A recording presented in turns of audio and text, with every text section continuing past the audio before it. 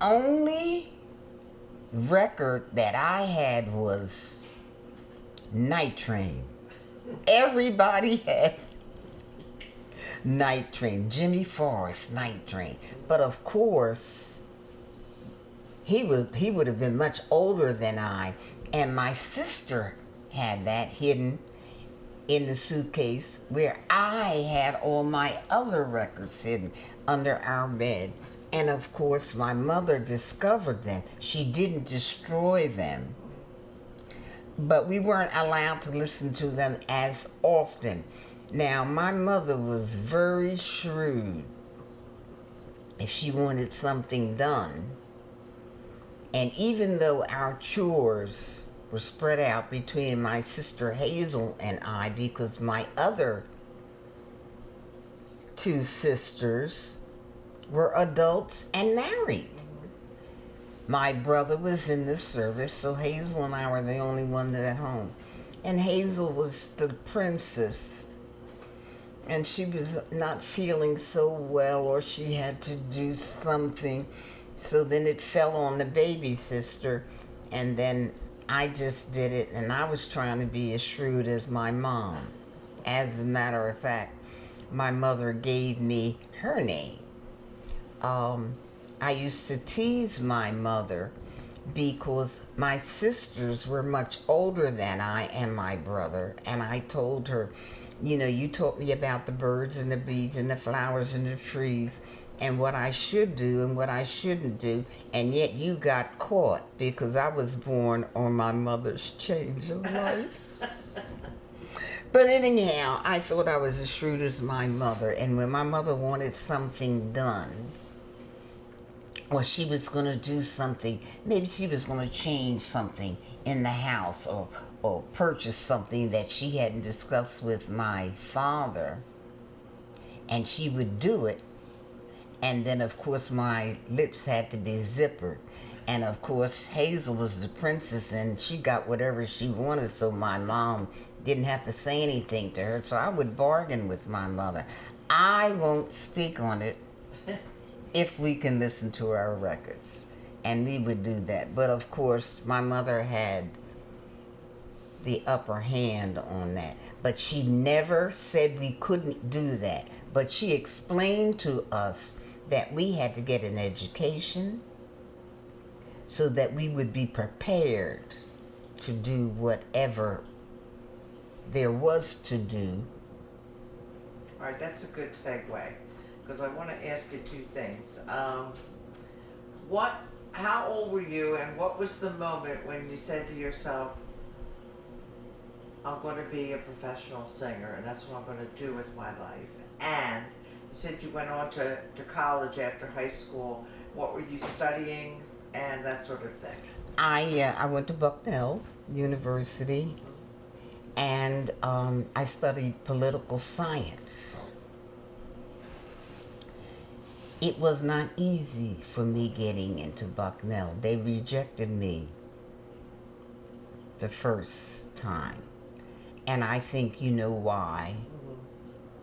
Because at that time we were called coloreds.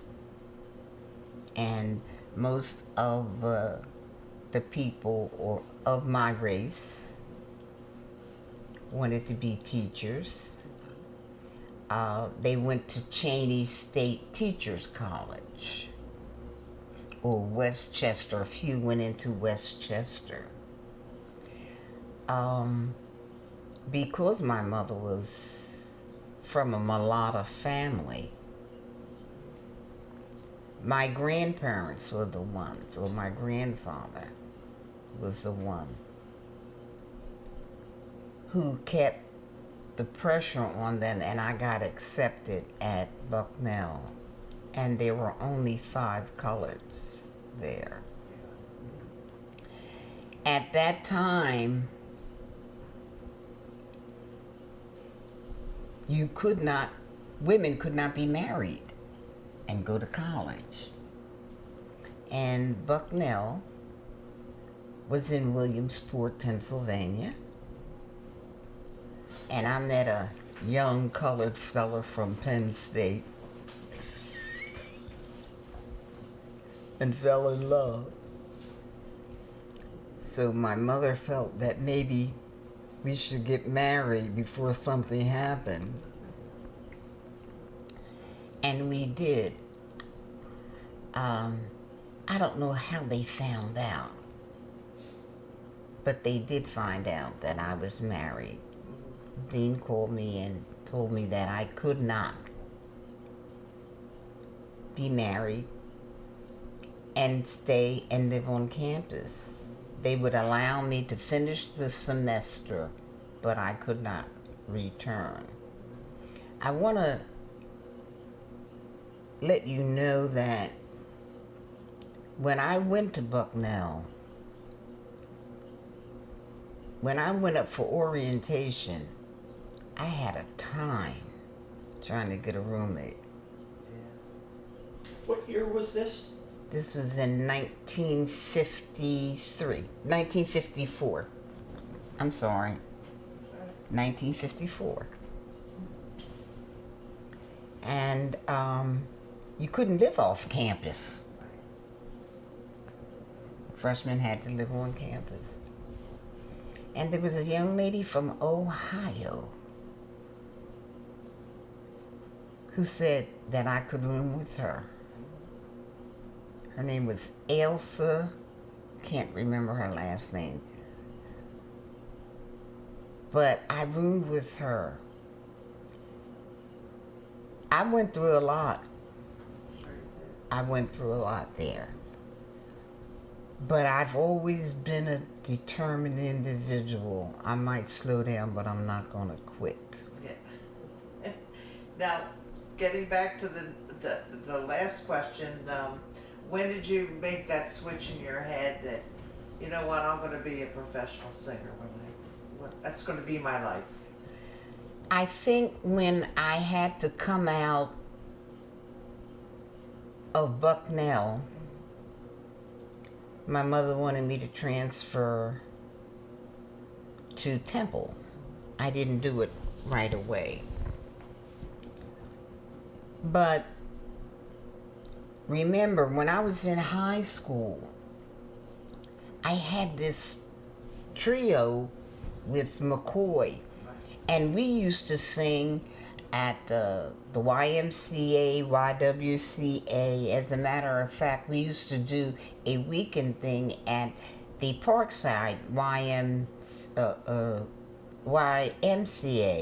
that was located at 43rd and Fairmount Avenue. Mr. Harold White McCoy was the director there. We used to do teas, little socials there. Our group used to play for teas and little socials at the different churches. And if anyone was going to have some sort of birthday parties, we did that. Of course, we were too young to do a club scene. And of course, right after school, McCoy broke up our group, and I met a young man by the name of Oliver Collins, who was older than me. And Oliver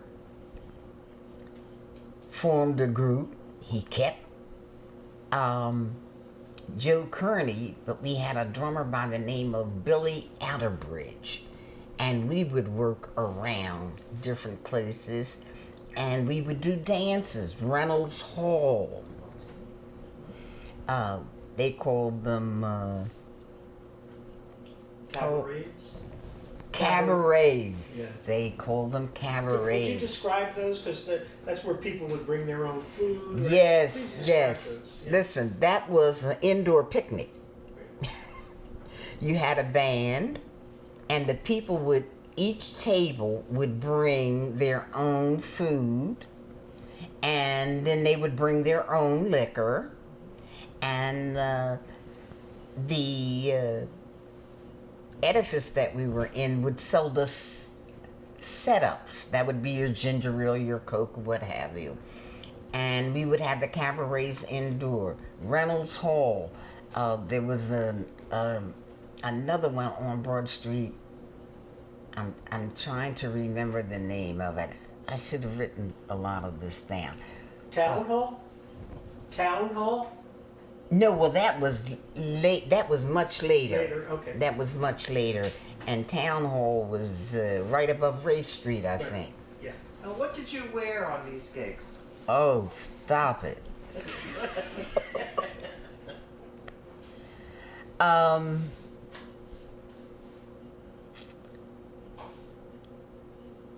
There is an interview on YouTube that Lorenzo Huff did for me. In back of my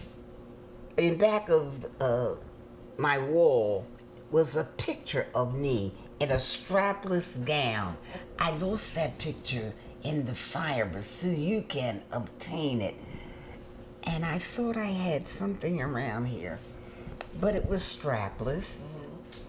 The girls didn't wear the frilly things that we wore in high school or shortly after. We wore either moire or satin form-fitting dresses with the split up the side, and we wore strap shoes with a slight platform. Right. And this is what I performed in. I've been always cold natured, so I would sing, and then I'd have to put on a jacket or something afterwards.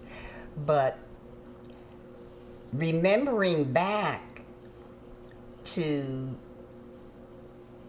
West Philadelphia, I was the first girl who cut her hair. And in this picture, you can see I got a boyish bob. And at that time, all the girls had their ears pierced. My mother said if God wanted you to have a hole in your ears, then he would put holes in your ears. So I went downstairs. I got a cork from my father's thermos. I took a piece of ice from the refrigerator, froze my ears, and took a needle and stuck it through with white thread. And I did that.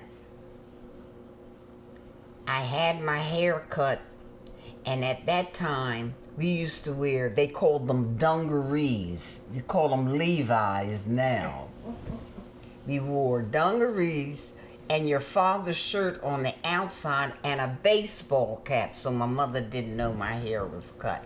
Of course, when she found out that I had got this boyish bob and had my ears pierced, do I have to tell you what happened? What? Yeah. Well, that preceded, she was afraid to do anything with the strings in my ears. So she didn't spank me. She did punish me. I couldn't go out to see the young man that I was dating, or who was dating me, for a month. That was punishment. My father never chastised us. But I was so angry with my mother about that. I was in my last year of high school, and there was a supper club called the Little Club Harlem at 55th and Haverford Avenue. I had a girlfriend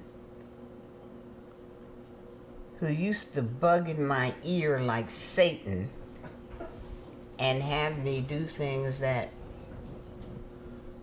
maybe I wouldn't have done on my own.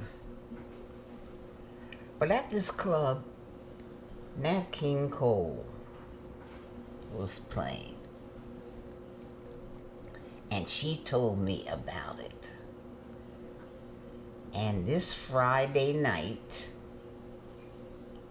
we were going to go up and see Nat King Cole. Well, she was tall. I was short. I'm only 5 feet now. She was tall. She looked older. And she said, we can go up and see him. And I'm saying, well, how can, I can't get out the house, I can, I was just getting off punishment from cutting my hair and having my ears pierced by myself. And I was just getting off punishment. She said, you tell your mother that we got a project at school and you're going to spend the night with me. She only lived up the street. And I told my mother this lie. And I went into my closet and I found this skirt that wasn't exactly as tight as I would like it. So I took it up to her and she hand sewed it to make it form-fitting.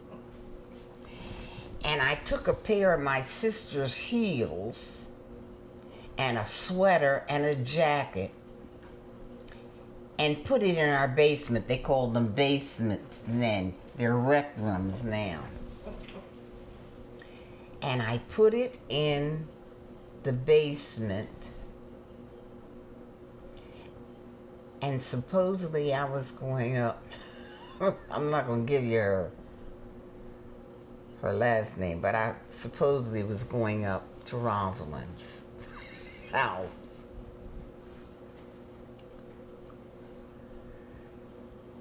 My mother was upstairs. I went up to Rosalind's. I had opened the back door and left it unlocked. I came in, went down into my basement, put on these clothes, came up, went up to Rosalind's, and we walked up to the club. They had sets. The sets started at 9:20. How much did it cost you to get in? Remember, we couldn't get in. We went around the back, trying to figure out how we're going to get into this club. And I think the cover at that time was like maybe $4. Nat King Cole came out the back to smoke. And I said to him, I'm a singer. And he looked at me. He didn't say anything. Rosalind just stood there like a statue. And I told him that I had just graduated from high school and that I was working with this group. I don't know, whatever name group. I picked up some name of the group. And he said, well, what type of music do you sing? I said, your type. What is your type? So the guy that was on that stage door entrance, he let Rosalind and I come in. And I said, well, are you going to let me do this song? He said, well, let me hear something. And he said, well, what do you want to do? And I said, when I fall in love. And I did a few bars of it. He said, well, they don't have sit-ins. He said, but I'll think about it. Well, Rosa and I was standing in there in the back. He came off that set. And the next set, he said, I might let you do one tune when I finish playing. Well, oh, honey, I went in and made up my face in that bathroom. And I didn't know that my brothers good friend was the bouncer. And he was at the front door. Of course, you didn't have to show cards of your age, but he knew who was older and who wasn't. And Nat King Cole had played. It was the Nat King Cole trio. And he said, we have a young lady here that's from New York. And I don't know what he said. He had heard me sing and something. He said, and we're just going to have her come on up and do one tune for us. Well, sir,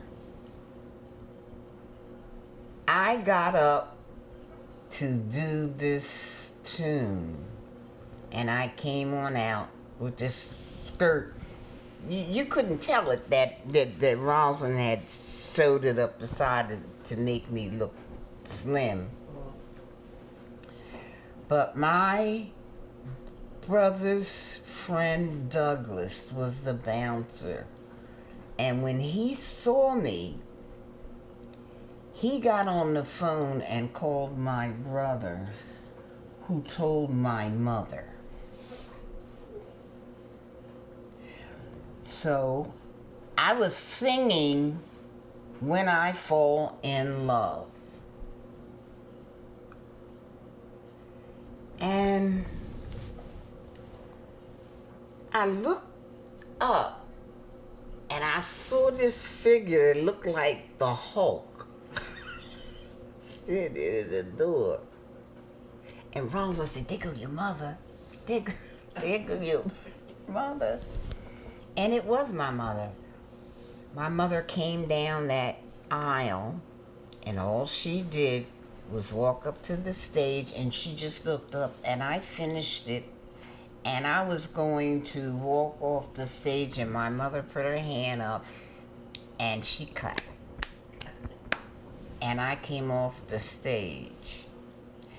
That was the last time my mother whipped my butt. My mother had a strap, an old barber strap, that she had cut with razor blades into strips, and we called it a cat with 9 tails. I lived at 48th and Fairmount, and this was at 55th and Haverford, the little Club Harlem.